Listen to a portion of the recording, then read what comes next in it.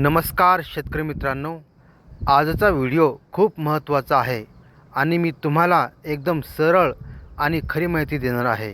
कारण सध्या प्रत्येक शेतकऱ्यांच्या मनात एकच प्रश्न फिरतोय, आपल्या खात्यात पीक विमा कधी येणार? जे कॅल्क्युलेशन दिसतंय तेच पैसे मिळणार का? काही ठिकाणी अजूनही अवेटेड का दाखवतंय? मित्रांनो, हा व्हिडिओ शेवटपर्यंत बघा, कारण शेवटी मी एक अशी गोष्ट सांगणार आहे जी 90% लोकांना माहीतच नाही. सर्वात आधी एक गोष्ट क्लिअर करूया. तुमच्या मोबाईलमध्ये जर कॅल्क्युलेशन अवेटेड दाखवत असेल तर घाबरू नका. उलट तुमचा भाग अजून प्रोसेसमध्ये आहे आणि बहुतेक वेळा याचा अर्थ असा असतो की तुमच्या भागात नुकसान जास्त आहे. आता तुम्ही विचाराल, मग कॅल्क्युलेशन का थांबलं आहे? कारण पीक कापणी प्रयोग झाले, पण विमा कंपनीने त्यावर आक्षेप घेतले. म्हणजे काय? त्यांनी सांगितलं, हे नुकसान आम्ही मान्य नाही आणि त्यामुळे तुमचा डेटा अजून व्हेरीफाय होत नाही. मित्रांनो, महाराष्ट्रात हजारो महसूल मंडळामध्ये 5,000 पेक्षा जास्त ठिकाणी आक्षेप घेतले गेलेत. जसं लातूर, बीड, जालना, धाराशिव, अमरावती, नागपूर. म्हणजेच सिच्युएशन अजून क्लिअर नाही. आता टाईमलाईन समजून घ्या. 9 तारखेपासून कॅल्क्युलेशन सुरू, 15 एप्रिलपर्यंत पूर्ण होणार आणि त्यानंतरच पैसे वाटप सुरू होणार. म्हणजेच काय? 15 एप्रिलच्या आधी पैसे येणार नाहीत. आता सगळ्यात मोठा प्रश्न, जेवढं कॅल्क्युलेशन दिसतंय तेच पैसे येणार का? तर उत्तर आहे नाही.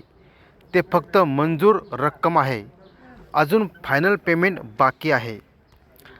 आता खरा गेम कुठे आहे माहीत आहे? सरकारच्या निधीत. राज्य सरकार आणि केंद्र सरकार हे दोघे पैसे देतील तेव्हा विमा कंपनी पैसे देईल. आता काही ठिकाणी काय दिसतंय? काही ठिकाणी शून्य रुपये दिसतात, काही ठिकाणी 100 रुपये दिसतात, काही ठिकाणी 500 रुपये दिसतात, काही ठिकाणी 1000 रुपये दिसतात आणि काही ठिकाणी 10,000 रुपये दिसतात. लोक घाबरतात, पण लक्षात ठेवा, हे फायनल नाही, अजून अपडेट होऊ शकतं. आता एक मोठा आकडा, 2,480 कोटी रुपये. पण मित्रांनो, महाराष्ट्रात नुकसान किती झालं आहे माहीत आहे का? तर 19,000 कोटीपेक्षा जास्त नुकसान झालेलं आहे. मग 2,480 कोटीमध्ये काय होणार? काहीच नाही. म्हणूनच अजून कन्फ्युजन आहे. सरकार म्हणतंय 17,500 रुपये प्रति हेक्टर देणार, पण ते सगळ्यांना मिळणार का? तर याचं उत्तर आहे नाही. आता समजून घ्या, 40% पेक्षा कमी नुकसान यांना आधी पैसे येऊ शकतात. 50% पेक्षा जास्त नुकसान यांना थांबावं लागेल. म्हणजेच काय? ज्यांचं नुकसान जास्त त्याला जास्त वेट करावं लागणार आहे. आता तुम्ही म्हणाल, माझा स्टेटस कसा पाहायचा? बरं, तुम्हाला स्टेप बाय स्टेप सांगतो. PMFBY साईट उघडा, मोबाईल नंबर टाका, OTP टाका. जी OTP तुमच्या मोबाईलवरती येईल ती OTP टाका. पॉलिसी सिलेक्ट करा, व्ह्यूवर क्लिक करा. आता महत्त्वाचं, काही लोक म्हणतात माझं 0 दाखवतं आहे. मित्रांनो, 0 म्हणजे रिजेक्ट नाही, अजून अपडेट बाकी असू शकतो.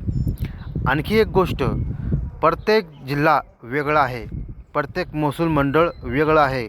म्हणून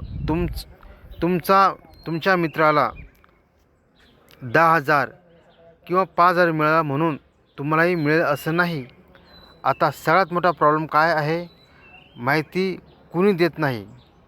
कृषी विभाग शांत, अधिकारी शांत, शेतकरी कन्फ्यूजमध्ये आहे. म्हणून मी तुम्हाला सांगतो, तुमचा आवाज उठवा, कृषी कार्यालयात जा, विचारणा करा. कॅल्क्युलेशन दिसत असेल म्हणजे मंजूर आहे, पण पैसे लगेच येणार नाहीत. 15 एप्रिलनंतर निधी आल्यानंतर मगच खात्यात पैसे येतील. मित्रांनो, हा व्हिडिओ शेवटपर्यंत बघितल्याबद्दल धन्यवाद. अशी खरी माहिती हवी असेल तर लाईक करा, शेअर करा आणि आपल्या चॅनलला सबस्क्राईब करून ठेवा.